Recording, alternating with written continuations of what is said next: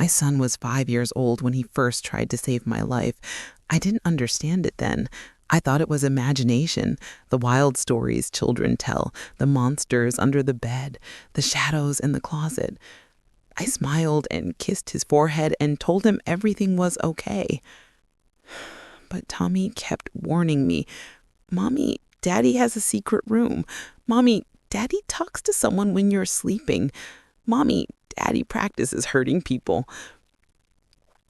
I dismissed every single warning.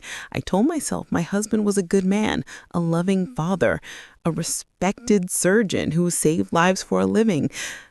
I told myself Tommy was just going through a phase. I was so blind. Last Thursday night, I finally listened to my son. I finally followed my husband when he thought I was asleep. I finally saw what was behind the locked door in our basement. And nothing could have prepared me for what I discovered. My name is Rebecca, and I'm going to tell you how my 5-year-old son saw what I refused to see, how his innocent words were the only thing standing between me and a monster, and how I almost died because I didn't believe him soon enough. Settle in, honey. This story still gives me nightmares. I met Daniel Morrison at a hospital fundraiser 7 years ago. I was a pediatric nurse, working long shifts and living in a tiny apartment, dreaming of something more. He was a cardiothoracic surgeon, brilliant, handsome, the kind of man who commanded attention just by walking into a room.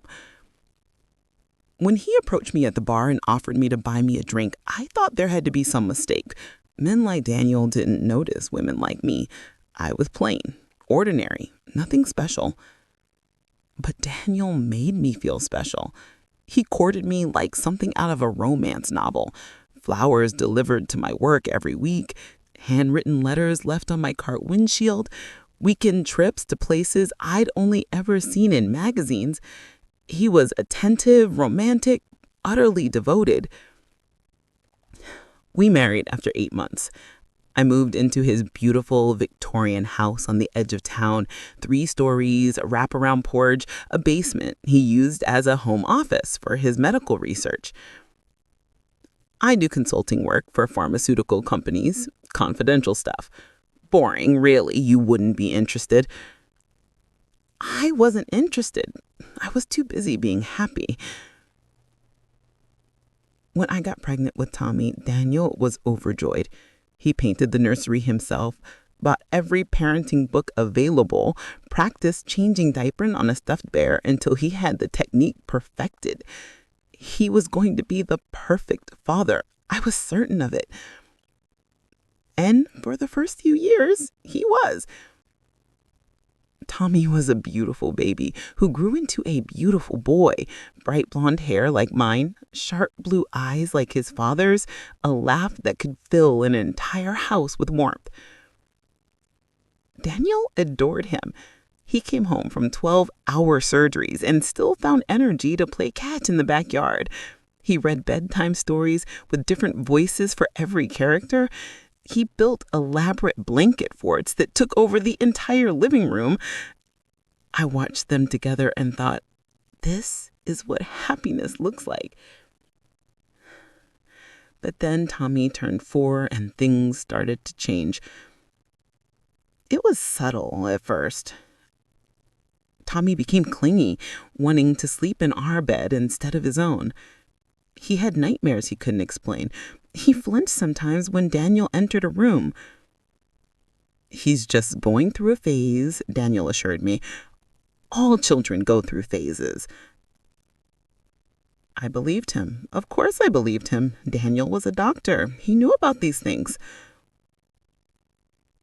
But the phase didn't pass. The month Tommy turned 5, he started saying things that made my blood run cold. The first warning came on a Tuesday morning. I was making pancakes and Tommy was sitting at the kitchen table with his crayons. He was drawing something, dark scribbles that didn't look like his usual colorful artwork. "What are you drawing, sweetheart?" I asked. Daddy's secret room, Tommy said matter-of-factly. I froze, spatula in hand. What secret room, honey? The one in the basement, behind the other door. I laughed, a nervous sound even to my own ears.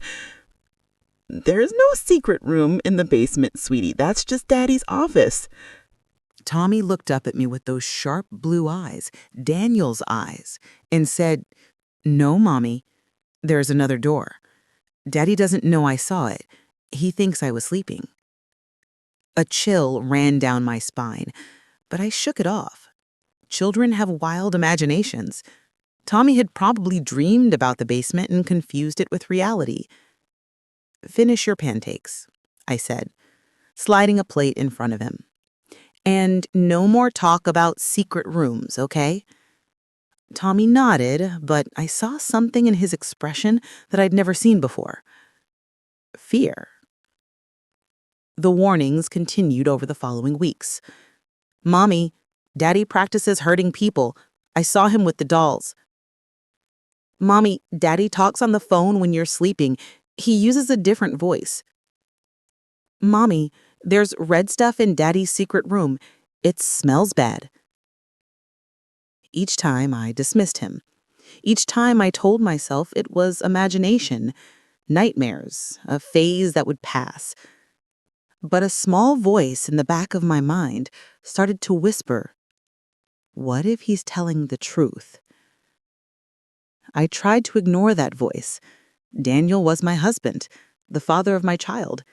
He saved lives for a living, literally held people's hearts in his hands and made them beat again. He couldn't possibly be hiding something sinister. Could he? I started watching Daniel more carefully, looking for signs, anything that might explain Tommy's strange behavior. Daniel seemed normal. He went to work, came home, played with Tommy, kissed me goodnight. Same routine as always. But I noticed things I'd overlooked before. The way he sometimes stared at me when he thought I wasn't looking. Not with love, but with something cold and calculating. The way he asked detailed questions about my schedule, my habits, my friendships. The way his phone buzzed with messages he never let me see, conversations he had in hushed tones behind closed doors. The way he always carried that basement key on his person. I tried to get into the basement once. It was a Saturday afternoon. Daniel was at the hospital for an emergency surgery and had rushed out. I stood in front of that locked door for 20 minutes, working up the courage to try the handle. It was locked. Of course, it was always locked. I thought about breaking it down, finding a crowbar, demanding answers.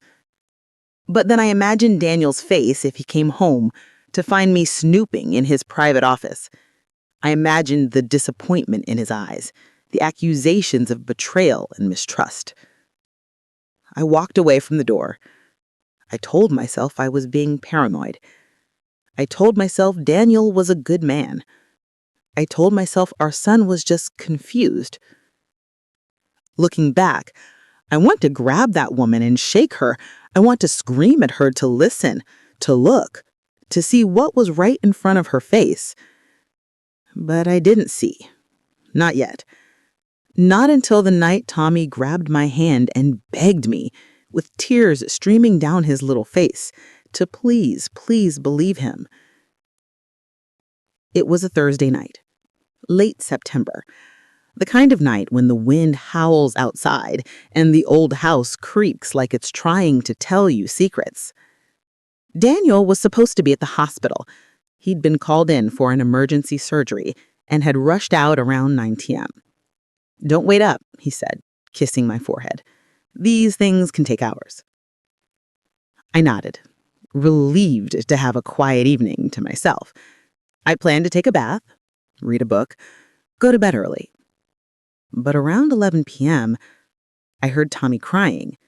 I rushed to his room and found him sitting up in bed, tears streaming down his cheeks, his small body trembling. Baby, what's wrong? I gathered him in my arms. Did you have a nightmare? Daddy's home, Tommy whispered. I frowned. No, sweetheart. Daddy's at the hospital. He won't be back until very late. Tommy shook his head frantically. No, Mommy, Daddy's here. He's in the secret room. I heard him come in. My blood went cold. Tommy, that's not possible. I would have heard. There's another door, Tommy insisted. Outside, by the garden. Daddy uses it when he doesn't want us to know. I stared at my son, at his terrified eyes, at the way his little hands clutched my nightgown like I was the only thing keeping him anchored to safety. And for the first time, I truly listened. I told Tommy to stay in his room. I told him to lock the door and not open it for anyone except me. If you hear anything scary, I said, my voice shaking despite my best efforts, you hide in your closet and stay very, very quiet. Can you do that for Mommy? Tommy nodded solemnly. Please be careful, Mommy. I kissed his forehead and closed his door behind me. Then I crept down the hallway toward the basement. The house was silent, too silent. Even the wind seemed to be holding its breath. I made my way down the stairs, avoiding the steps that creaked, keeping close to the wall. Every shadow seemed threatening.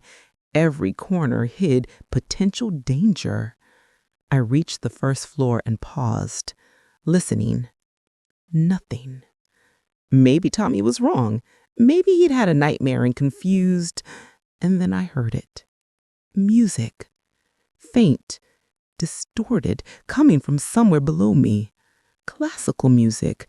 Something operatic and haunting that seemed to seep up through the floorboards like poison gas. Tommy was right. Someone was in the basement. The locked door was at the end of the hallway, just past the laundry room. I approached it slowly, my heart pounding so hard I was sure it would burst. I pressed my ear against the wood. The music was louder now, and beneath it, I could hear something else. Humming. Daniel's voice, humming along to the opera in a way that made my skin crawl. And then, worse, another sound. Muffled crying. Someone was crying down there. Someone who wasn't my husband. I stumbled backward, my hand flying to my mouth to stifle a scream. This isn't real. This can't be real. But I could hear it. I could hear the sobbing, the pleading, the terrible sounds of someone who was afraid. I had to call the police. I had to get Tommy and run. I had to. The music stopped. The crying stopped. Footsteps coming toward the door. I turned and ran. I made it to Tommy's room in seconds that felt like hours. I scooped him out of bed without a word, grabbed my phone from the nightstand, and headed for the front door. But when I turned the corner into the foyer, Daniel was there. He was standing at the bottom of the main staircase, still wearing his surgical scrubs, his hands perfectly clean. And he was smiling. "Rebecca," he said pleasantly, as if we'd bumped into each other at a coffee shop, "I thought you'd be asleep by now." I held Tommy tighter. I heard a noise. I was just checking on what? Daniel took a step forward. "What did you hear exactly?" His voice was calm, gentle even, but his eyes, those sharp blue eyes that Tommy had inherited, were cold as winter ice. "Nothing," I stammered. "I didn't hear anything. I was just... Tommy had a nightmare. We were going to get some more milk from the kitchen." "With your phone and your purse?" Daniel nodded toward my hands. I hadn't even realized I'd grabbed my bag. "Interesting choice for a midnight snack run." Tommy whimpered against my shoulder. Daniel's eyes flickered to our son. "What have you been telling Mommy, buddy? What stories have you been sharing?" "Leave him alone," I said, my voice stronger than I felt. "He's just a child." Daniel smiled. It was the coldest smile I had ever seen. "Yes," he agreed. "He is a child who sees too much, who talks too much." He took another step forward. "I've been very patient, Rebecca. I've given you every opportunity to stay blissfully ignorant, but you just couldn't leave well enough alone, could you? Daniel, please, whatever's going on, we can talk about it. We can—" "We're past talking." He reached into his pocket and pulled out a small syringe filled with clear liquid. "I'm sorry it has to be this way. I really am. I did love you in my own fashion." I don't remember how we got to the basement. There are gaps in my memory from that night, moments swallowed by fear and adrenaline and the absolute certainty that I was going to die.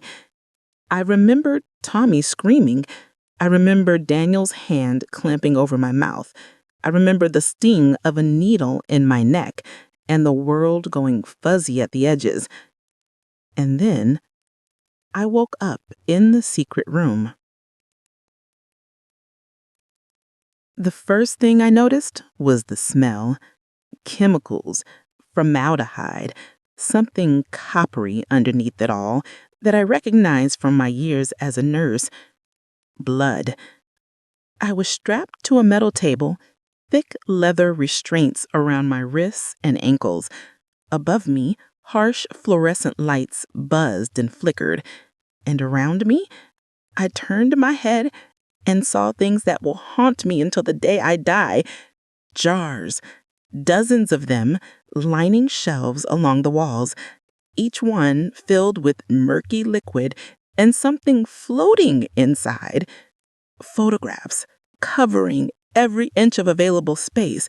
Photographs of women, some smiling, some crying, some with empty, lifeless eyes. And in the corner, a corkboard with newspaper clippings. Missing woman, last seen leaving local hospital. Police search for mother of 3. Body found in river identified as. I counted the clippings through my tears. 17. 17 women. And I was about to become number 18. You're awake. Good. Daniel emerged from the shadows, wearing a different set of scrubs now. These ones clean, pressed, pristine. He was holding a scalpel. I want you to understand something, Rebecca. He approached the table slowly, savoring every step. I never wanted to hurt you. You were supposed to be different. The good wife, the perfect mother, the alibi. The what? I'm a respected surgeon, he smiled proudly, pillar of the community, devoted family man. Who would ever suspect me? Every time someone disappeared, I was at home with my beautiful wife and adorable son. Every time the police came asking questions, you vouched for me without even knowing it. I felt bile rise to my throat. Those women, I fixed them. His eyes gleamed with something inhuman. They were broken, Rebecca, just like the hearts I repair in surgery, but with living subjects, I could study so much more. I could understand how the human body truly works. The medical community is too bound by ethics, by regulations, by weakness. I had to pursue my research privately. He raised the scalpel, examining it in the light. Tommy was becoming a problem, too observant, too talkative. I was going to wait until he was older, but now I'll shrug. I'll tell the police there was a break-in, a terrible tragedy. I'll be the grieving husband and father. They'll never suspect a thing. Where is Tommy? I strained against the restraints. Where is my son? Somewhere safe for now. Daniel leaned close. I'll deal with him after I'm finished with you. Don't worry, it'll be quick for him. I'm not a monster. Something inside me snapped. Maybe it was a maternal instinct. Maybe it was survival. Maybe it was rage at myself for not listening, for not believing, for not protecting my child. I turned my head and sank my teeth into Daniel's hand with every ounce of strength I had. He screamed. Blood filled my mouth. The scalpel clattered to the floor. And in that moment of chaos, I heard the most beautiful sound in the world. Sirens. Tommy, my brilliant, brave, incredible Tommy. When Daniel had carried me to the basement, Tommy had hidden, just like I told him to. But he hadn't stayed hidden. He had found my phone where I had dropped it in the hallway, and he had called 911. A 5-year-old boy calling for help in the middle of the night, telling the operator that his daddy was hurting his mommy in the secret room. The 911 operator was skeptical at first, a child's prank perhaps, but something in Tommy's voice convinced her to dispatch officers anyway. They arrived just as Daniel was recovering from my bite, just as he was reaching for the scalpel again. I heard the front door crash open. I heard shouts of, "Police!" I heard footsteps thundering across the floor above us. Daniel's face went pale. No, no, no. He ran.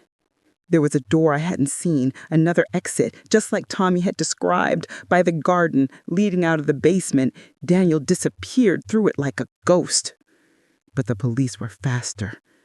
I heard the chase, the shouting, the struggle, and then a gunshot. They found me, strapped to the table, covered in blood that was mostly Daniel's, shaking so hard the restraints rattled against the metal. They found Tommy, hiding in the upstairs closet, clutching my phone, still on the line with the 911 operator who had stayed with him through everything. And they found Daniel Morrison, dead in the backyard, a police bullet in his chest, the secrets of his basement finally exposed to the world. He had been doing this for over a decade. Long before he met me, long before Tommy was born. I had been sleeping next to a serial killer for 7 years and never knew. The guilt nearly destroyed me. I should have listened to Tommy. I should have seen the signs. I should have trusted my instincts when something felt wrong. But I was so desperate to believe in the fairy tale, so desperate to have the perfect husband, the perfect family, the perfect life.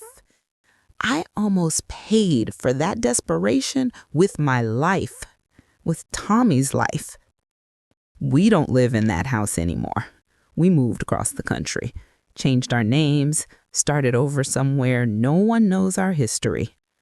Tommy sees a therapist twice a week, a kind woman who specializes in childhood trauma and never pushes him to talk about things he's not ready to discuss. He's doing better now. We both are. But some nights I still wake up screaming. Some nights I still see that basement, the jars, the photographs, the newspaper clippings with 17 names. Some nights I still feel the leather restraints around my wrists and hear Daniel's voice explaining how he was going to fix me. I'm telling you this story for one reason, honey. Listen to your children.